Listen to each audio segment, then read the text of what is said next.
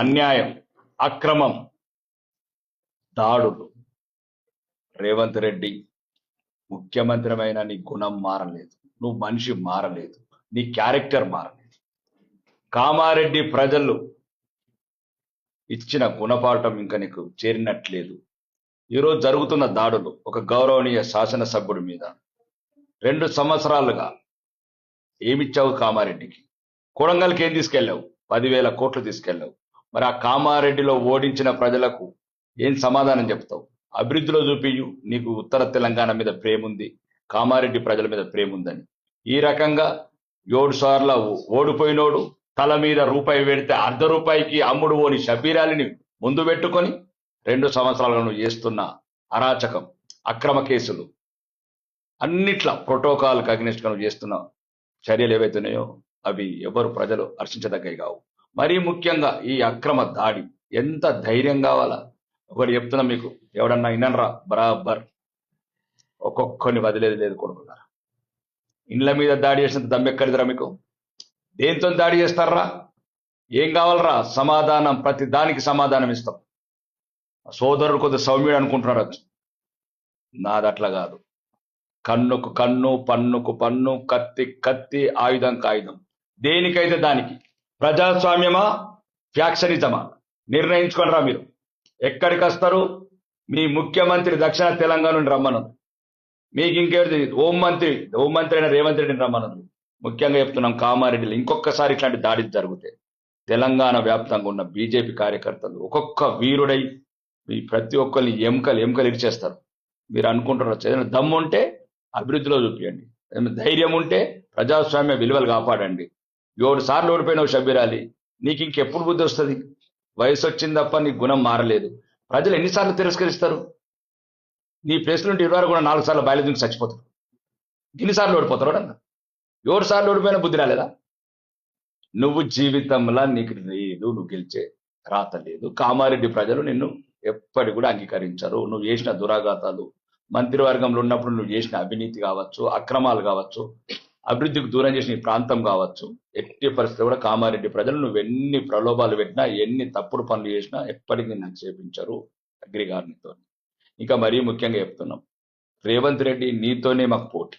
ఎందుకంటే ఓడగొట్టినమే నా సోదరు నిన్ను. ఇంకా నీకు మా స్థాయి ఈక్వల్, నీకు మాకే పోటీ తెలంగాణలో. నువ్వు అనుకుంటుండొచ్చు, ఏ చోరీ చింది కామ్ బంద్ కరు, లడింగే తో లడింగే, జో కుచ్ సామ్నే సామ్నే లడింగే. ఈ చిల్లర పనులు, ఈ చిక్లీ మాస్టర్లు ఇవన్నీ బంద్ చేయండి రేవంత్ రెడ్డి. నువ్వే దీనికి ప్రధాన కర్త. పోలీసు వ్యవస్థ అంతా నీ కంట్రోల్ ఉంది. హోంమంత్రిగా నిన్ను ఓడగొట్టాడని కడుపులో విషం పెట్టుకున్నావు, కళ్ళల్లో కారం పోసుకుంటున్నావు. ఈరోజు దేశవ్యాప్తంగా గుర్తింపు వచ్చిన కామారెడ్డి ఎమ్మెల్యే గారు వెంకటరమణారెడ్డి గారికి ఒక గుర్తింపు, భారతదేశంలోనే రికార్డ్. 2 ముఖ్యమంత్రులను తొడగొట్టి ఓడగొట్టిన కామారెడ్డి బిడ్డ. ఈరోజు కామారెడ్డి నేలను చూసి తెలంగాణ రాష్ట్రం మురిసిపోతుంది. వీరుని గన్న నేల, 2 ముఖ్యమంత్రులను ఓడగొట్టిన నేల. ఈ నేల మట్టి కూడా ఒక ధైర్యవంతులకు ప్రతీక ఈరోజు. ఎందుకంటే మట్టిని కూడా ముద్దాడుతున్నారు చాలా మంది వచ్చి, ఇంత ధైర్యం ఉంటుంది ఆ కామారెడ్డి మట్టిలో అని. కాబట్టి ఇక్కడ నుంచి చెప్తున్నాం, ఇది ఫస్ట్ అనుకుంటావా లాస్ట్ అనుకుంటావా? రేవంత్ రెడ్డి మంచిగా జ్ఞాపకం పెట్టు. నిన్ను ఈరోజు ఛాలెంజ్ చేసి చెప్తున్నాం, ఇద్దరితో పాటు రాబోయే ప్రభుత్వంలో సుమారు 80 మంది ఎమ్మెల్యేలను గెలిపించుకొని నిన్ను పదవిచ్యుతుని చేసి, నువ్వు ఏ రకంగా అక్రమ మార్గాలల్లా పదవిని చేపట్టావు, ఈ రోజు రాష్ట్రాన్ని మోసం చేస్తున్నావు, అన్ని అబద్ధాలాడి, ఇంకా ముఖ్యంగా కామారెడ్డి నేలని సాక్షి నీ నాలుకకు బీసీ డిక్లరేషన్ కావచ్చు, స్కూటీలు కావచ్చు, మొత్తం నీ నాలుకని కడిగేసిందే కామారెడ్డి నేల. రాబోయే రోజులల్లా ఇంకా ఈ అక్రమ కేసులు, పోలీసు అధికారులు కూడా చెప్తున్నాం, ఎన్నొద్దులు ఉంటుంది ప్రభుత్వం. ఇంతకుముందు 10 ఏళ్ళు ఎటుపోయాడు, ఫామ్ హౌస్లో అన్నాడు. వీడు ఎక్కడ ఉంటాడు? వీడు ఇంకొక ఫామ్ హౌస్లో ఉంటాడు. మళ్ళా వచ్చేది మేమే, గెలిచేది మేమే, నిలిచేది మేమే తెలంగాణలో. ఒకవేళ అక్రమ కేసులు సుమారు ఇప్పటికే 10 మందిని అరెస్ట్ చేసినట్టు తెలిసింది. మర్యాద కొద్దిగా బేషరతుగా విడుదల చేయండి, లేకపోతే అవసరమైతే కార్యకర్తల కోపం తట్టుకోలేరు. తెలంగాణ వ్యాప్తంగా ఉన్న బీజేపీ కార్యకర్తలు, కోట్లాది కార్యకర్తలు కామారెడ్డిని ముట్టడి చేస్తారు. కామారెడ్డిలో కవాతు చేస్తాం. ఇంకా అక్రమ కేసులు మళ్ళీ ఎవరి మీద పెట్టినా చెప్తున్నాము, దానికి తగిన పరిహారం పోలీస్ వ్యవస్థ చెల్లించాల్సి వస్తుంది. మీరు ఎవరైతే ఇక్కడున్న ఇన్ఛార్జు వ్యక్తుల ప్రలోభాలకు లోబడి మీరు అక్రమ కేసులు పెడితే అవి తర్వాత మీరు ఎదుర్కొంటారు డిపార్ట్మెంట్గా. తర్వాత మా అధికారం రాగానే కంపల్సరిగా చర్యలు తీసుకుంటాం మీ అధికారుల మీద. ఇంకా మరీ ముఖ్యంగా దమ్ముంటే చెప్తున్నాం రాష్ట్ర ప్రభుత్వానికి, కామారెడ్డికి ఏమి ఇచ్చామో చెప్పు, కొడంగల్కి ఏం తీసుకెళ్ళవో చెప్పు రేవంత్ రెడ్డి. కామారెడ్డి ప్రజలను ఎంత మోసం చేస్తావు అభివృద్ధిలో చూపిస్తాడు. శ్వేతపత్రం రిలీజ్ చేయి, కామారెడ్డికి ఎంత ఇచ్చినావు. ఇంకా మరీ ముఖ్యంగా ఇన్ఛార్జ్ మంత్రి సీతక్క గారికి చెప్తున్నా, ఏం తప్పు మాట్లాడడం సీతక్క మేము? అవును, సమాజం అన్నావు, అడవులకెళ్ళి నక్సలిజం అన్నావు, గన్నులు వదిలి పెన్నులు పట్టినావు. ఏం చేస్తున్నావు 2 సంవత్సరాల నుంచి? శాసనసభ్యుడికి ప్రమేయం లేకుండా సభలు పెడతావా, శంకుస్థాపనలు చేస్తావా, అభివృద్ధి పనులు చేస్తావా? రేపు మీ బతికేంది? మేము వచ్చిన తర్వాత మీ బతికేంది? మిమ్మల్ని కూడా మాకేది చూపించారో మీకు అదే చూపిస్తాం. అవసరమైతే మీకు సెక్యూరిటీ లేకుండా చెప్తాం. మీరు అనుకుంటారా? ఈరోజు ఒక్కటే చెప్తున్నాను, సీతక్క కావచ్చు, రేవంత్ రెడ్డి కావచ్చు, షబ్బీరాల్ అదే బేస్ట్. ఇట్లాంటి అపజయాలు ఎదుర్కొంటూ నేను చూసిన వరకు భారతదేశంలో ఎవరు లేడు. అయినా ఇంకా చాలదు అని ఏం చేస్తావు షబ్బీరాలి నువ్వు? ఆడపోయి ఏదో హైదరాబాద్లో ఫైర్ చేసుకొని ఇన్ఛార్జ్ అనే ఒక పోస్టు తెచ్చుకొని ఈరోజు అమాయక కామారెడ్డి ప్రజలని మోసం చేసి ఎమ్మెల్యే మీద రెచ్చగొట్టడము, ఇళ్ల మీద దాడి చేయటము. అవును, బరాబర్ అంటున్నాను. షబ్బీర్ అలీ గారు రోహింగా ముస్లిమ్స్ ఉన్నారు. రోహింగా ముస్లిమ్స్ ఉంటేనే షబ్బీర్ అలీ ఈ దుశ్చర్యకు తెగబడ్డాడు. ఇక్కడ లోకల్ వాళ్ళు ఒకవేళ నువ్వు ఆ రోజు రోహింగా ముస్లిమ్స్ వస్తే ఎట్లుంటుంది ఇంటికి? కాబట్టి షబ్బీర్ అలీ మీద ప్రత్యేకంగా రాష్ట్ర ప్రభుత్వం అడుగుతున్నాం, షబ్బీర్ అలీ మీద సిబిఐ ఎంక్వైరీ చేయాలి. ఇతను ఏమేమి చేసిండు, ఎంతమంది ఇతనికి రోహింగా ముస్లిమ్స్ ఉన్నారు, ఎంతమంది బంగ్లాదేశ్ ఆక్రమణదారులు ఉన్నారు ఆయన వెనకాల, ఎంతమందికి సపోర్ట్ చేస్తున్నాడు, ఇవన్నీ ఎంక్వైరీ కమిషన్ వేసి సిబిఐ ద్వారా ఎంక్వైరీ చేసి షబ్బీర్ అలీని కఠినంగా అవసరమైతే రాజమండ్రి జైల్లో కారాగారం పంపించాలి, తెలంగాణ కాకుండా. షబ్బీర్ అలీ ఇంకా నీ కామారెడ్డిని ప్రమేయం తగ్గించు. ఒకవేళ నీకు దమ్ముంటే, ఒకవేళ నీకు ధైర్యమే ఉంటే నువ్వు ప్రజాస్వామ్యంలో ప్రజల మన్నను పొందు. ఇంకా కాబట్టి ఇట్లాంటి చిల్లర చేష్టలు, చిలికి చేష్టలు చేయకు, పిల్ల చేష్టలు. ఇంకా ఎక్కక ముందు ఉన్నది తడాక. ఇంకా అన్నాడు సోదరుడు చెప్పిండు కదా, బరాబర్ ఈట్కా జవాబ్ పత్తర్ సే దేగా. ఇంకా ఆడొక్కడు ఈడొక్కడు చిల్లరగాలు చెప్తున్నారు, ప్రెస్ మీట్లు పెడుతున్నారు. జాగ్రత్త బిడ్డ, ఒళ్ళు హూనం అయిపోతుంది. ఏమనుకుంటున్నారా? ఎన్ని రోజులు ఉంటారా మీ వెనకాల పోలీసులు? ఎన్ని రోజులు ఉంటారా రేవంత్ రెడ్డి మీ దగ్గర? ప్రతి ఒక్కరికి లెక్కలు చెప్తాం రానున్న రోజుల్లో. ప్రజల అభిమానం పొంది ఎమ్మెల్యేలకు ఎన్నికైనాం. ఈరోజు ప్రజాస్వామ్యంలో ప్రతిపక్షంగా పోరాడుతున్నాం, ఈ ప్రభుత్వాన్ని నిలదీస్తున్నాం. ఏం చేసిందనరా మీ ప్రభుత్వం? ఏంద్రా అందరికి రుణమాఫీ చేసినరా, రైతు భరోసా చేసినరా, 5 సార్లు చెప్పి 3 సార్లు ముంచిన వాళ్ళు 4,000 పెన్షన్ ఇచ్చారా, 2,500 మహాలక్ష్మి ఇచ్చారా, తులం బంగారం ఇచ్చారా, పిల్లలకు ఉద్యోగాలు ఇచ్చారా, ఆడపిల్లలకు స్కూటీలు ఇచ్చారా, బీసీ స్లాబ్లు ఇచ్చారా? ఏ మోకాలు పెట్టుకున్నారా మీరు? ఎందుకు తిరుగుతున్నారా ఇంకా ప్రజలలో మీరు? 2.5 సంవత్సరాలు అయింది. ఎక్కడిచ్చారా నిరుద్యోగ వృత్తి? ఎక్కడిచ్చారు 4,000 రూపాయల పెన్షన్? ఎక్కడిచ్చారు దివ్యాంగులకు 6,000? ఎక్కడిచ్చారో తులం బంగారం? మీ బతుకులు ఏడా? ఇష్టం గ్రామ్ బంగారం ఇవ్వండి. ఇప్పటికీ 2.5 సంవత్సరాలు అయింది.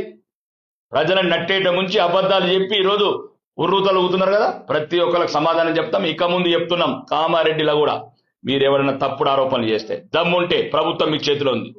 ముఖ్యమంత్రి రేవంత్ రెడ్డి నీకు చెప్తున్నా డైరెక్ట్, నీకు ఒకవేళ కామారెడ్డి శాసనసభ్యుడు చిన్న తప్పున్నా ఆయనతో పాటు నేను కూడా స్పీకర్ ఫార్మాట్ లో రాజీనామా చేస్తాను. కామారెడ్డి ఎమ్మెల్యే కాదు, కామారెడ్డి ఎమ్మెల్యే దమ్ముంటే స్పీకర్ ఫార్మాట్ రేపే పంపిస్తాం. రేపు దాని మీద నువ్వు ఎంక్వైరీ చేయు. అన్ని వ్యవస్థలు నీ చేతిలో ఉన్నాయి. మేమేం ఓటుకున్నట్టు కేసులు కాదేమయ్యి, మా ఏం కేసులు కాదే. మీ మీద 169 కేసులు ఉన్నాయి. ఈ తప్పుడు ఆరోపణలు చేసి మా నైతిక స్థైర్యం దెబ్బతీస్తా అంటే మాత్రం ఎట్టి పరిస్థితి ఒప్పుకోము. రానున్న రోజులలో ఇక ప్రజాక్షేత్రంలో యుద్ధ క్షేత్రం చేస్తాం. మీరు ఏవైతే అబద్ధాల వాగ్దానాలు చేసినారో తెలంగాణ రాష్ట్ర వ్యాప్తంగా కాలికి బల్బం కట్టుకొని తిరుగుతాం. అవసరమైతే ఉత్తర తెలంగాణ ఒకరం, దక్షిణ తెలంగాణ ఒకరం పాదయాత్ర చేసి తెలంగాణలో ఉన్న ప్రజలందరినీ చైతన్యవంతం చేసి ఈ దుర్మార్గమైన కాంగ్రెస్ ప్రభుత్వాన్ని ఈ రాష్ట్రం నుంచి పారదోలుతాం. మీకు చెప్తున్నా, ఈ రోజు కూడా ఇక ముందు జరిగేది సంగ్రామం, ధర్మానికి అధర్మానికి, రాములకు రాక్షసులకు జరిగే సంగ్రామంలో ఈ రాష్ట్రంలో మళ్ళా ధర్మస్థాపన చేసి తెలంగాణ సెక్రటరేట్ మీద కాషాయ జెండా ఎగిరేస్తాం. అభివృద్ధి పథంలో కామారెడ్డిని కావచ్చు, ఆర్మూర్ కావచ్చు, 33 జిల్లాలని సమానంగా చూసి, మీ లెక్క కాదు, నల్గొండ, ఖమ్మం, మహబూబ్నగర్ కాదు, 33 జిల్లాలు సమానం. మాకు భారతీయ జనతా పార్టీ 30 రాష్ట్రాలను ఎట్లా చూస్తున్నామో 33 జిల్లాలు సమానంగా చూసి రాబోయే రోజులలో ఈ రాష్ట్రంలోనే నెంబర్ 1గా నిలబెడతాం కామారెడ్డిని. ఇక్కడ ఉన్న పొట్టి నాయకులకు కూడా చెప్తున్నా, ఇంకా నోరులో అదుపులో పెట్టుకోండి, లేకపోతే నేలకలు కత్తిరిచ్చేస్తా. ఏమనుకుంటున్నారా మీరు? ఎమ్మెల్యే అంటే ఓడు తల మీద రూపాయి పెడతా, ₹1 నా కొడుకులు మీరు ప్రెస్ మీట్లు పెడతారా? ఏముందిరా మరి ప్రెస్ మీట్లు? చిల్లర ఈ సోషల్ మీడియాను చూసుకుంటా. కాబట్టి గౌరవంగా ఉంటారా? గౌరవంగా ఉండండి. అభివృద్ధిలో మీకు ఏమైనా దమ్ము ఉంటే మీ దక్షిణ తెలంగాణ ముఖ్యమంత్రికి దక్షిణ తెలంగాణ మంత్రులకు డబ్బులు తీసుకురండి, కామాభివృద్ధి అభివృద్ధి మేము చెప్పుకుంటాం. మీరు ఎంత తెచ్చారో చెప్పండి శ్వేతపత్రం. కొడంగల్కి ఎన్ని తీసుకుని నేను చెప్తాను, ఖమ్మంకి ఎన్ని తీసుకుని నేను చెప్తాను, నల్గొండకి నేను చెప్తాను. కాబట్టి ఇది కాదు, ఈ చవకబార్ రాజకీయాలు వదిలిపెట్టండి, ఈ చిల్లర రాజకీయాలు వదిలిపెట్టండి. ఇంకొకసారి కను చూపు మేరల కిలోమీటర్ లోపల ఎవడన్నా గిట్ట కన్నెత్తి చూసినట్టు కళ్ళు కూడా ఉండే కొడుకున్నారా, కళ్ళు వీకెత్తాం. నాకు అంత భాష అట్లాంటి సున్నితమైన భాష రాదు. కామారెడ్డి ఎమ్మెల్యేకి వచ్చినట్టు దీనికి బరాబర్ మీకు ఏ రకంగా సమాధానం కావాలో ఆ రకంగానే సమాధానం ఇస్తాం మేము. ఇక రాబోయే రోజులల్లో ఎక్కడ కూడా బీజేపీ కార్యకర్తలకు, శ్రేణులకు, బీజేపీ నాయకులకు ఎక్కడ కూడా మీరు అపనిందలు వేసినా, అపవాదులు వేసినా దానికి తగిన సమాధానం చెప్తాం. రాబోయే ప్రభుత్వంలో ఏవైతే జరిగినాయో ఈ సంఘటనలు, ఎవరెవరు ఉన్నారు వెనకాల, ప్రతి ఒక్కడి మీద చర్యలు తీసుకొని వీలైతే పక్క రాష్ట్రంలో జైల్లో, రాజమండ్రి జైలుకు పంపిస్తాం.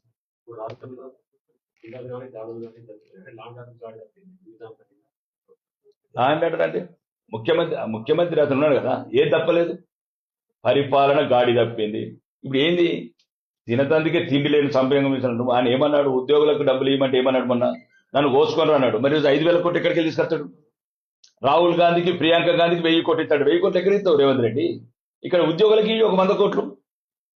పరిపాలన మరి ఈరోజు బాన్స్వాడ ఘటనలు కావచ్చు, ఈ రోజు పాత బస్తీ ఘటనలు కావచ్చు, ఈ రోజు నిజామాబాద్ ఘటనలు కావచ్చు, చాతగాని దద్దమ్మ ప్రభుత్వం, శాంతి భద్రతను కాపాడిన ప్రభుత్వం, మెజార్టీ ప్రజలను, హిందువులను అవమానించే ప్రభుత్వం, మతం మారిన ముఖ్యమంత్రి ఏం మాట్లాడతాడు? రేవంత్ ఉద్దీన్ అంటాడా? ఎటువంటి నైతిక విలువలు ఉన్నాయి పరిపాలకుడికి? గుణం మారలేదా? 420 వాగ్దానం చేసి 420 ముఖ్యమంత్రి. ఏమి నువ్వు సెక్యులర్ పార్టీ కదా కాంగ్రెస్, సెక్యులర్ పార్టీ అన్నప్పుడు ఎట్లాంటి మాటలు మాట్లాడుతున్నావు? మరి రేవంత్ రామన్ అనుకోరాలదా? అంత దమ్ము లేదా రేవంత్ రెడ్డి? అంటే ఏమనుకుంటావు, అల్లుని అబ్దుల్లా చేస్తావు, అది నేను సైరాబాన్ చేస్తావు, ఇక మొత్తం మతం మారి ఇక మొత్తం హిందువులని కుంభముస్తావా? రేవంత్ రెడ్డి నువ్వు ఒక్కడవేనా మారింది? మొత్తం నీ కుటుంబం మొత్తం మతం మారినరా? అల్లుడు అబ్దుల్ ఎప్పుడవుతాడు? అదినే ఫాతిమ ఎప్పుడైతుంది? ఎన్నొద్దులు మోసం చేస్తావు ప్రజల్ని, తెలంగాణ ప్రజలు అమాయకులు గారు, నేను నమ్మి ఓట్లేసారు. దానికి మళ్ళా వచ్చే ఎలక్షన్లలో ఇక స్థానిక సంస్థలు ఉంటున్నారు. ఇది ఏంటంటే స్థానిక సంస్థలు వేరు, జనరల్ ఎలక్షన్స్ వేరు. ఇక్కడ ఆడొకటి ఇక్కడ స్థానికంగా ఉంటుంది, అది కొంత బలగంతో, బంధుత్వంతో, స్థానిక సంస్థలతో ముడిపడి ఉంటుంది తప్ప దానికి దీనికి సంబంధం లేదు. త్వరలోనే వీలైతే ఇంకా ముఖ్యమంత్రి కూడా మారుతాడు అంటున్నారు. ముఖ్యమంత్రి మారితే రాష్ట్రానికి అరిష్టం పోతుంది. రానున్న రోజుల్లో వచ్చేది వెలిగేది కాషాయమే. ఈ రాష్ట్రంలో రాష్ట్ర ప్రభుత్వం రాగానే ఏదైతే అప్పులను తగ్గించి అభివృద్ధి వైపు తీసుకెళ్తుంది రాష్ట్రానికి. 3 రోజుల నేపథ్యంలో జరుగుతున్నప్పుడు జిల్లా నాయకులను, రాష్ట్ర నాయకులను ఔదార్యం చేసి దీన్ని ఏ విధంగా చూస్తారు? ఈ ప్రభుత్వం ఒక పిరికి ప్రభుత్వం. ముఖ్యమంత్రి పిరికివాడు. అంటే నీడని చూసి భయపెట్టాడు ముఖ్యమంత్రి తెలంగాణ. దాన్ని బట్టి అర్థమైంది లేదా? అంటే మీరు దాడులు చేస్తారు, అంటే ఈ దాడులు వెనకాల ఎంత పెద్ద కుట్ర ఉన్నది? దీని వెనక ఎవరున్నారు? ఉగ్రవాద చర్యలు ఉన్నాయా, తీవ్రవాద చర్యలు ఉన్నాయా? ఒక శాసనసభ్యుడు ఇంటి మీదకే దాడి చేస్తే సామాన్య ప్రజలకు రక్షణ ఏది? సామాన్య ప్రజలకు రక్షణ ఏది? ఈరోజు ఆడపిల్లలు హాస్టల్లో ఆడపిల్లలు చేసుకున్నారు, రోడ్ల మీద అమ్మాయిల మీద అత్యాచారాలు జరుగుతున్నాయి. కాబట్టి ఇక్కడ శాంతి భద్రతలు మొత్తానికి విఫలమైనవి.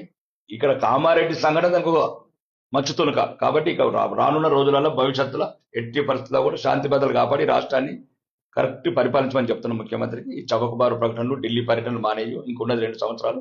ఉండవా 2 సంవత్సరాలు. కానీ ఉన్న రోజులన్నా ఈ కామారెడ్డి మీద పగబట్టుడు బంద్ చేయి. ప్రజలు ఏం లేదు గుణపాఠం చెప్పారు. ప్రజల మీద ఎందుకు పగబట్టినావు?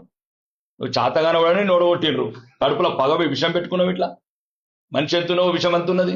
మనిషి కూడా అంత పెద్ద పొడవు లేవు, విషం గంతానం పెట్టుకున్నావు. కాబట్టి ముఖ్యంగా ఇది రేవంత్ రెడ్డి. దీని వెనకాల మొత్తం ఉన్నాడే రేవంత్ రెడ్డి. ఆయన క్షణం నరకం అనుభవిస్తున్నాడు కామారెడ్డి ఓటమిని. ఈరోజు ముఖ్యమంత్రి అయినా మనశ్శాంతిగా లేడు. ఎక్కడ పోయినా కామారెడ్డి ఓడిపోయినాడు ముఖ్యమంత్రి అంటున్నారు. కొడంగల్ ఓడిపోయింది మర్చిపోయినారు, కానీ కామారెడ్డి ప్రజల మీద ప్రత్యేకంగా పగబట్టిండు. ఇది మంచిది కాదు. ప్రజాస్వామ్యాన్ని గౌరవించు రేవంత్ రెడ్డి, ప్రజల తీర్పును కూడా గౌరవించు.